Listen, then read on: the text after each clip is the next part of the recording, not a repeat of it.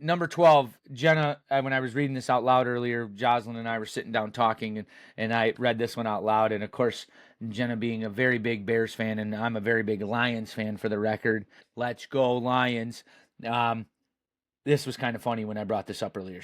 It says, it is safer to meet a bear robbed of her cubs than to confront a fool caught in foolishness. So it is safer to meet a bear robbed of her cubs than to confront a fool caught in foolishness. Basically what this means, those who know a bear, a mama cub, or a mama bear getting between her and her cubs, no bueno, not good.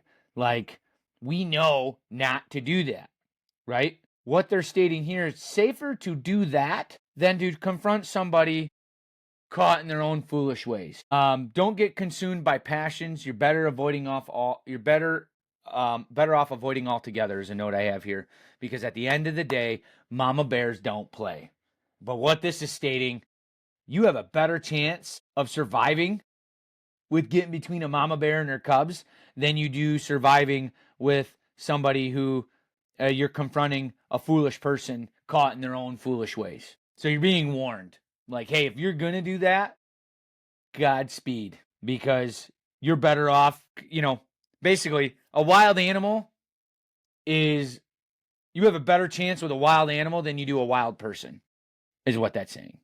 Because at least the wild animal, you know what to expect with the bear between her cub, where with the wild person, you don't know what to expect. You don't know. You don't know what they're going to throw at you. So they're not predicted. They're unpredictable. So you're better off going with the bear than you are the crazy person. Plain and simple. That was verse 12. Verse 13, if you repay good with evil, evil will never leave your house. When I dove into this a little bit, it seems to be surface level, like, yeah, if you repay good with evil, duh, evil will never leave your house. Well, what this is stating is once you start doing evil things, it's hard to stop. Once you start taking advantage of people, it's really hard to stop. So at the end of the day, don't take advantage of people no matter the circumstances. Doesn't matter if it's professionally, doesn't matter if it's, being silly. Don't take advantage of people. So it says, evil will never leave your house. House meaning your lineage, your family. Obviously, I talk on this a lot. Kids watch more than they listen, right? So if all of a sudden your kid is watching how you do things and how you take advantage of people, eventually they will adapt and do the exact same thing, right? They're saying, if you do this, you're the head of it. Next thing you know, it's going to work its way down your lineage and beyond. Lineage meaning your family tree. And that's something that, I don't know about you, but I definitely don't want to have happen. So don't take advantage of people, no matter the circumstances. Verse 14, starting a quarrel is like opening a floodgate. So stop before the dispute breaks out.